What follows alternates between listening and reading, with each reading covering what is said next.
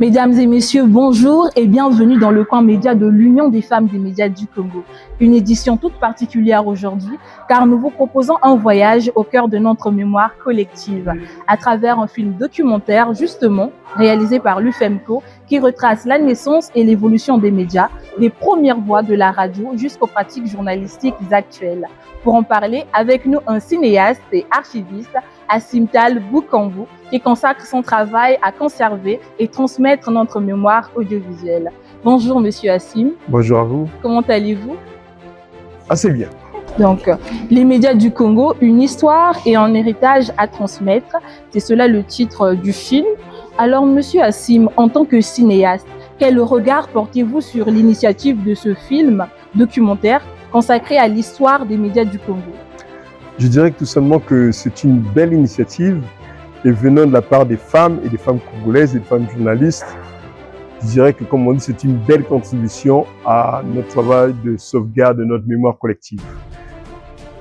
En 2021, vous créez la Maison des Archives du Congo dans les anciens locaux de la télévision nationale. Et là, vous remarquez une perte des archives des années 1960 et 70. Et dans ce film, on voit des journalistes, des anciens journalistes prendre la parole. Pensez-vous qu'il y ait aujourd'hui une urgence de documenter certaines de nos voix avant qu'elles ne disparaissent?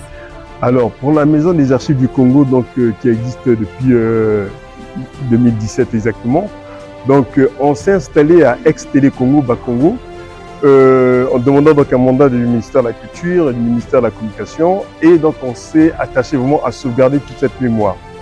Il y a une véritable urgence parce que tous les supports, films, 35 mm, 16 mm, BSN, cassettes, vidéos, donc tout format confondu, hein, des U-matic, bêta, bêta SP, pour ceux qui connaissent, tous ces supports-là, comme on dit, ont besoin d'être aujourd'hui numérisés pour pouvoir être accessibles au plus grand nombre, aux professionnels que vous êtes, mais également au grand public, puisque ça intéresse également les chercheurs et les universitaires. Alors, quel danger réel court notre société congolaise si nous ne protégeons pas mieux nos histoires? Mais ce qui se passe aujourd'hui de manière concrète, c'est que chaque fois qu'on veut se pencher sur notre passé, on a souvent recours aux archives qui ont été numérisées par d'autres institutions, notamment, pour ne pas le citer, l'INA en France.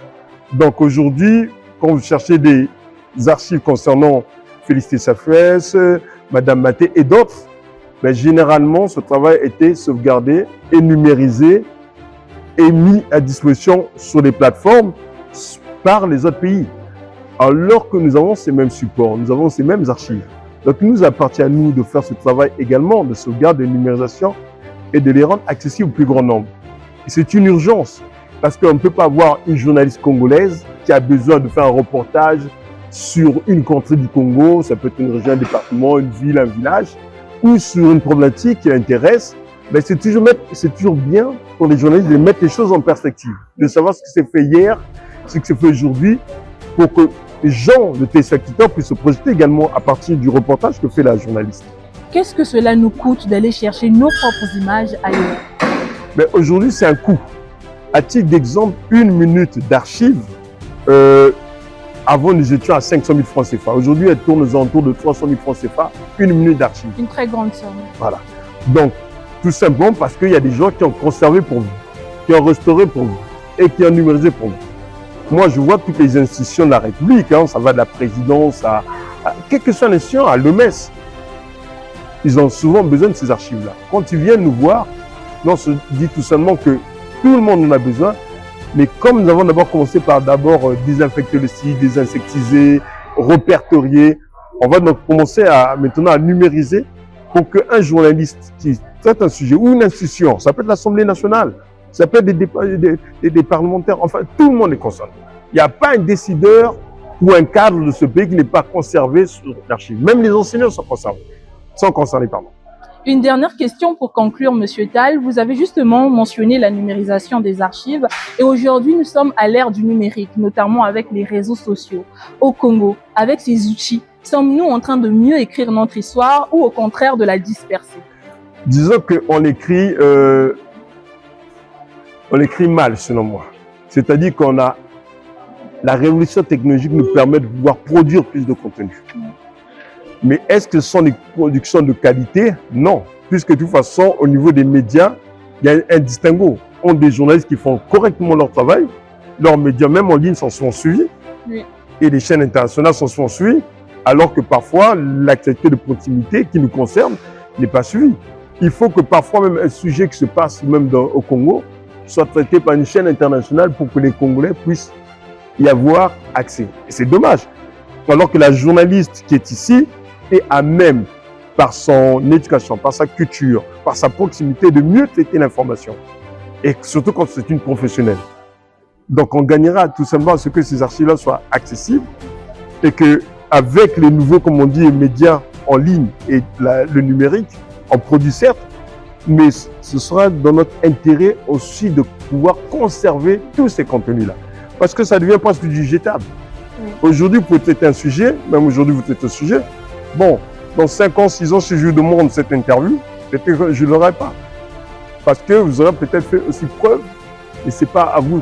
Mais derrière, aujourd'hui, je pense que nos journalistes ou hommes de médias doivent maintenant penser également à l'archivage. Parce qu'on n'a pas d'archivistes. On n'a pas formé des archivistes. Donc, les personnes des médias deviennent de fait des archivistes. Donc, c'est à eux de pouvoir conserver et le mettre maintenant à disposition à la maison des archives. Puisque c'est ça l'objet.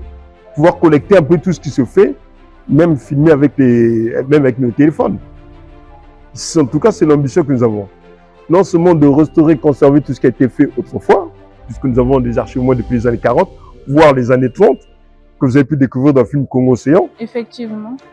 Mais toutes ces archives-là, avec celles d'aujourd'hui, c'est d'une telle richesse. Pour nous aujourd'hui, mais également pour les générations futures. Oui. Les futurs journalistes, peut-être que vous aurez une fille ou un fils de journaliste, il aura besoin de savoir même ce que maman a pu faire. Effectivement. Et c'est très important. Déjà pour sa carrière, hein, pour pouvoir savoir si était mieux le sujet qu'on aura fait à l'époque et quels étaient les freins à l'époque de la journaliste que vous êtes. Les gens se posent toujours des questions sur ce qui a été avant eux, comment ça a été traité, quels sont les sujets à traiter et comment le traiter. Et pour qu'en plus, lors des formations journalistiques par exemple. Merci beaucoup, Monsieur Tal. Alors, le Congo a besoin des archivistes pour immortaliser son histoire. Merci encore pour ce regard éclairant sur notre mémoire collective et sur les défis à venir. Merci également à vous, chers téléspectateurs, pour ce moment partagé. Restez avec nous pour la suite du camp média de l'UFEMCO.